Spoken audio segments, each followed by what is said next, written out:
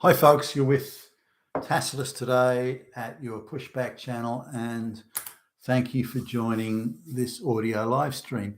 In this essay, I'd like to talk about a few articles I've seen that have been pushing the idea that there's simply not enough women in STEM, and particularly engineering seems to come up.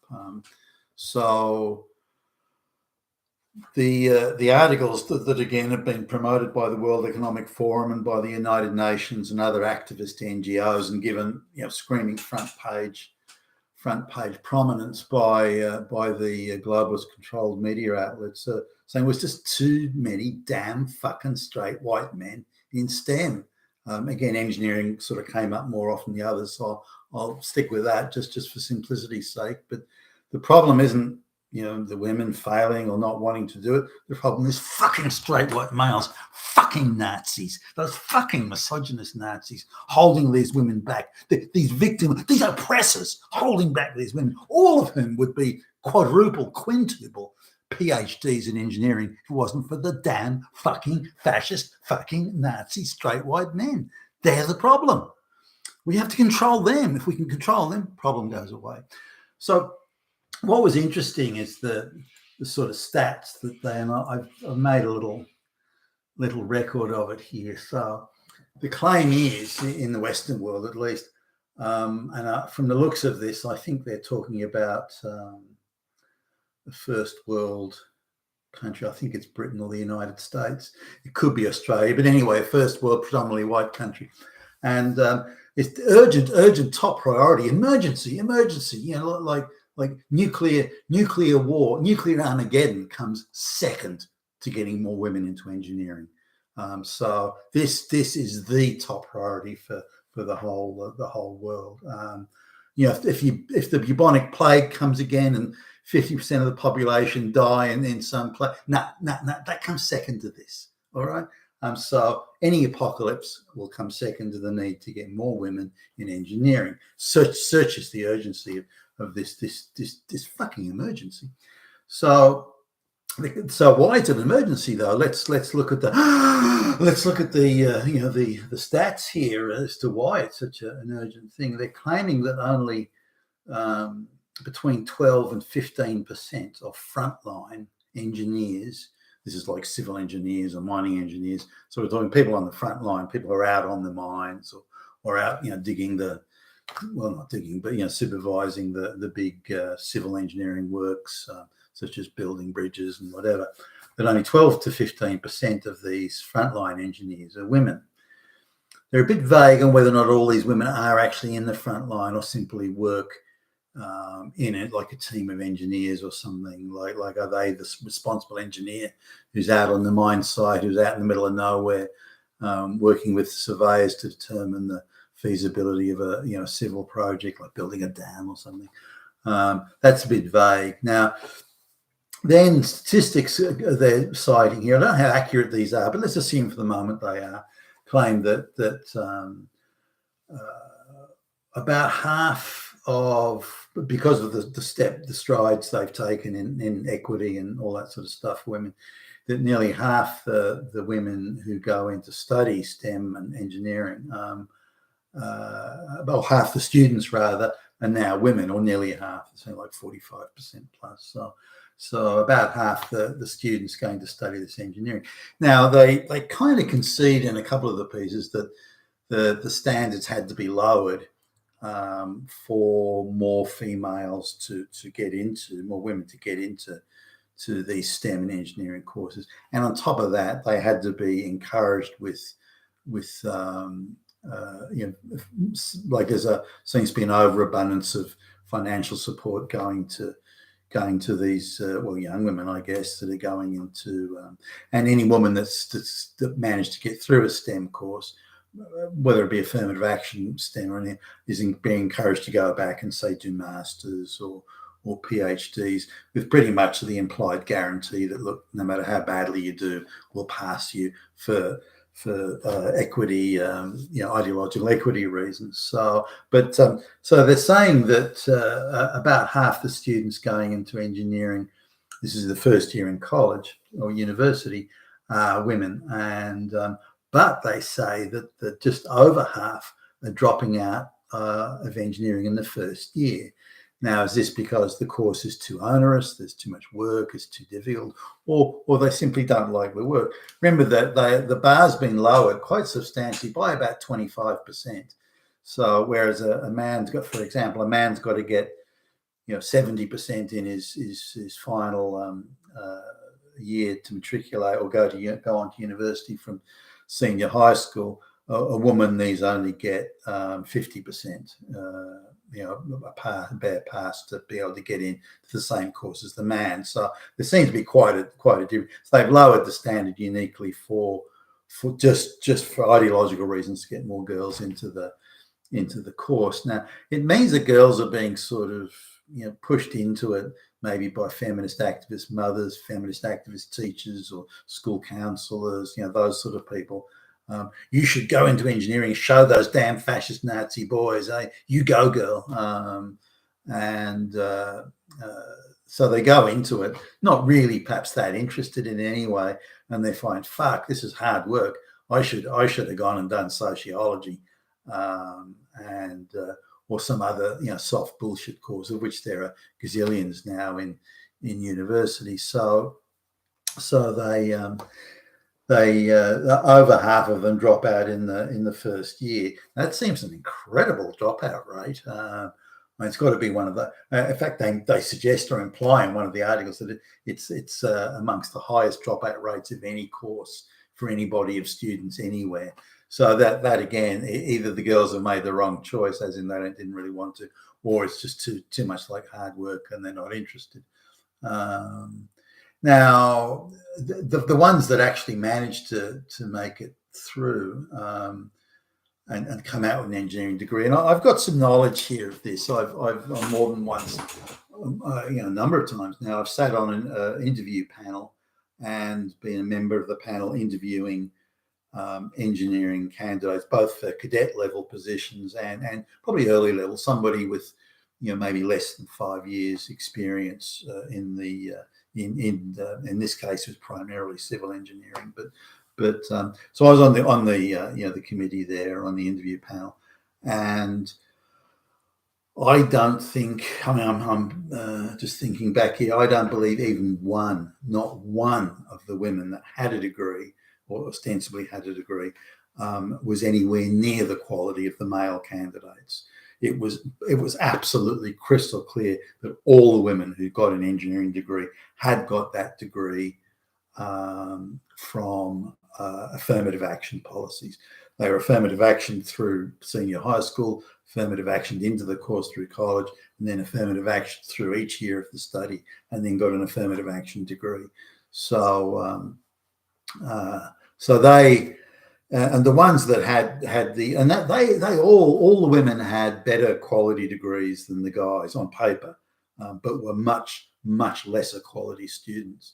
Now, as with engineering jobs, there's a certain number of basic engineering questions that you ask the candidates or the applicants for the job, and say, how do you calculate the volume of if you've got to dig a trench X by X, what's the volume, and how many trucks will you need to come along and take away the waste that's been dug out of the ground or excavated, and so so relatively simple questions, really, that any first year engineering student should be able to handle. And they were soft questions because you're looking at people that have got their degree but are not long out of college, so they don't really have any substantial field experience. So the questions were generally pretty soft. I don't think one girl could answer any of those questions. Nearly all the men could, or all the young men, the boys could. It's very telling. It's really very telling. Now the girls took exception to being asked questions. It's almost like we had no right to ask them questions. And some of the women on the panel would ask questions like, if you found one of the workers on site was LGBTQ, what would you do to make them feel more comfortable in the workplace? Now, the girls loved those sort of questions. Loved those questions. That was like, oh, wow, what a beautiful question. Nothing to do with the work or the job or anything, just some bullshit ideological question. But the girls loved that, and they couldn't stop talking about it. But ask them an actual engineering question, and they took exception to it. Why are you asking me that question? You're just trying to make me look bad. And they, they're very offensive, very defensive, and very jumpy, and very snotty, and very angry, schoolgirly, stamp the foot and wag the finger type. I mean, the attitude was abominable in some of them. And someone came back and said, well, I don't need to know anything about engineering, because anything I need to know is I can get on the internet. So given that everything I need to know I can get on the internet, then who cares whether I know it or not? On that basis, anyone could be an engineer. But there's more there's more to it than just Googling something. And I tried to explain to a couple of them, well, look, you might be out in the middle of nowhere where there is no internet access, and you're the site engineer, and you're out there and you've got to make a lot of calculations and engineering decisions, and you won't have access to the internet. So it is important that you know how to do it. So just shrug the shoulders. I don't care. I wouldn't accept an assignment to do that anyway.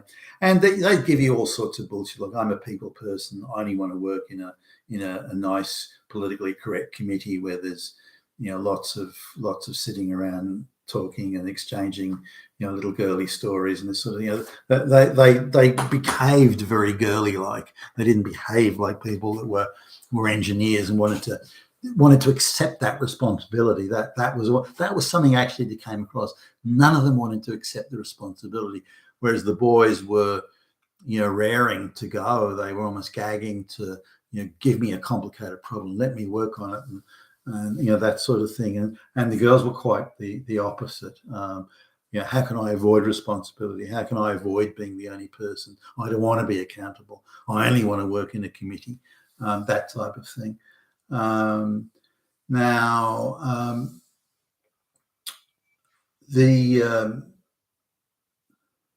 Even girls that get their engineering degree, again, they'll nearly all be affirmative action.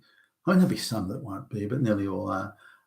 Their career choice, over 1/3 of the girls that do make it through and get their degree, over 1/3, in fact, it was close to 40%, they quit engineering a year, within the first year of being. This is where they're gifted a job.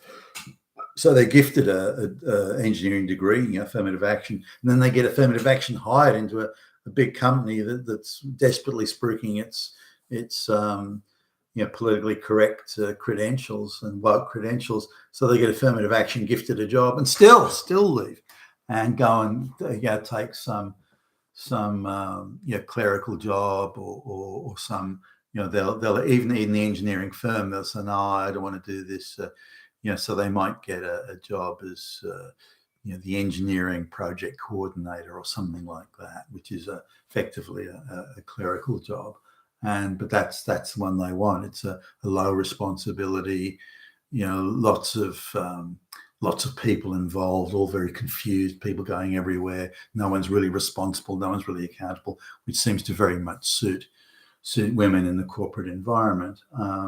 So they're very, very determined to not take any role that has direct and personal accountability.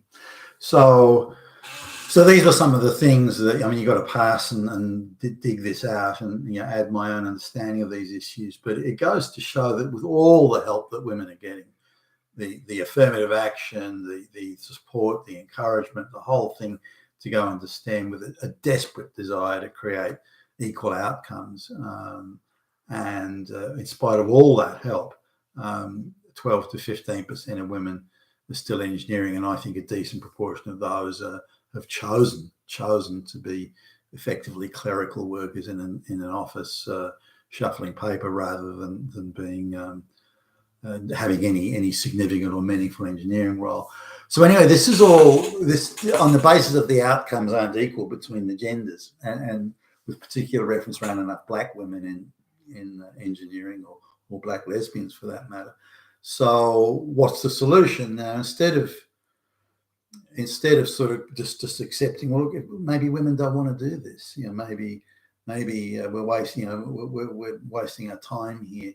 if women want to do it, they can. If women want to work hard and pass the engineering exams at the same level of rigor that boys are put through, then that's fine. There's nothing wrong with that. Anyone who makes the grade, excuse me, anyone who makes the grade, that's fine. But if you don't make the grade, well, that's how it is. So anyway, so the what are the top 10 strategies for as this one article here I'm looking at, what are the top 10 strategies to achieve equity for women in engineering in the workplace? So now all of them involve, every single one of them involves really just variations on the one theme. They all involve government handouts, that women should be encouraged to do these jobs on the basis they'll be promised. You go through the interviews of formality. It's just don't worry. You are being guaranteed an outcome here. You are being guaranteed the job. So the interview for the white guy is a serious interview where he's going to be tested on what he knows and his background is going to be checked. And but for you, it's different. You just have to turn up and we will guarantee you the job. Guarantee you the job. All you have to do is apply for it and it's yours.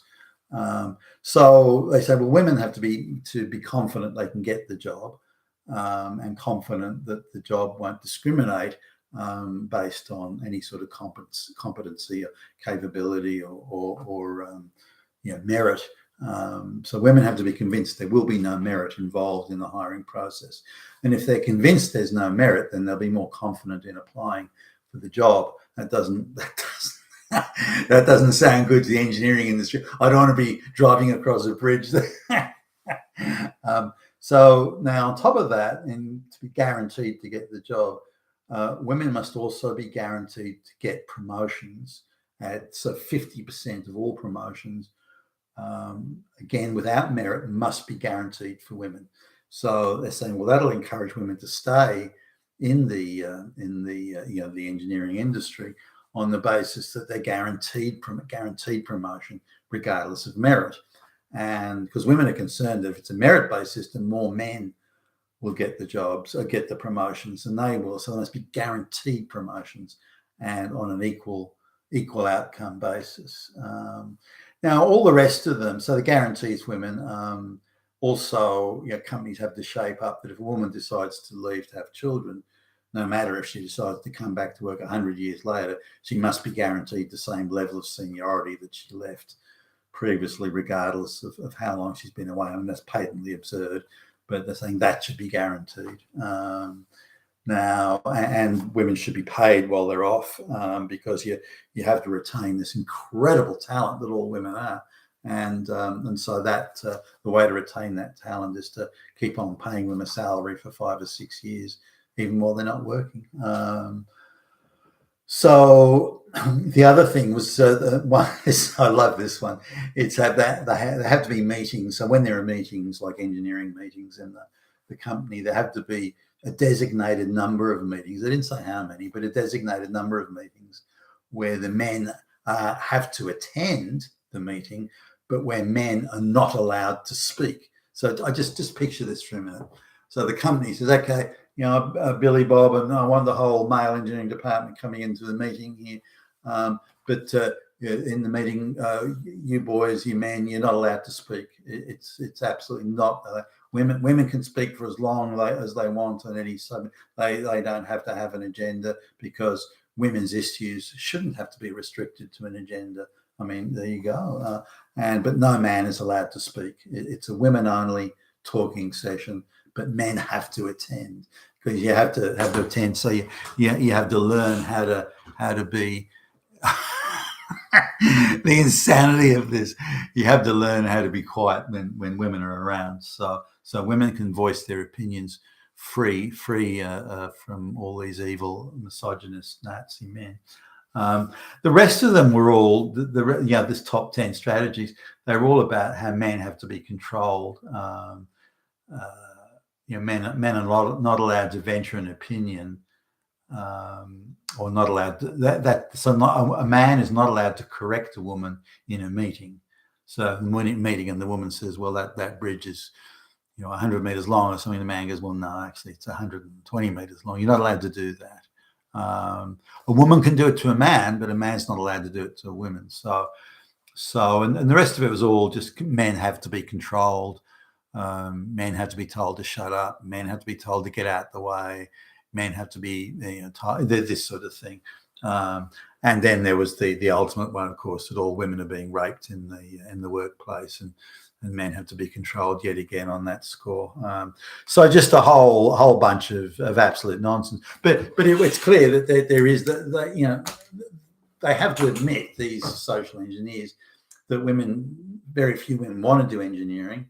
And the women that do get into engineering, once they realise the responsibility and the accountability and the amount of field work that's involved, they really don't want to do it. I was out on one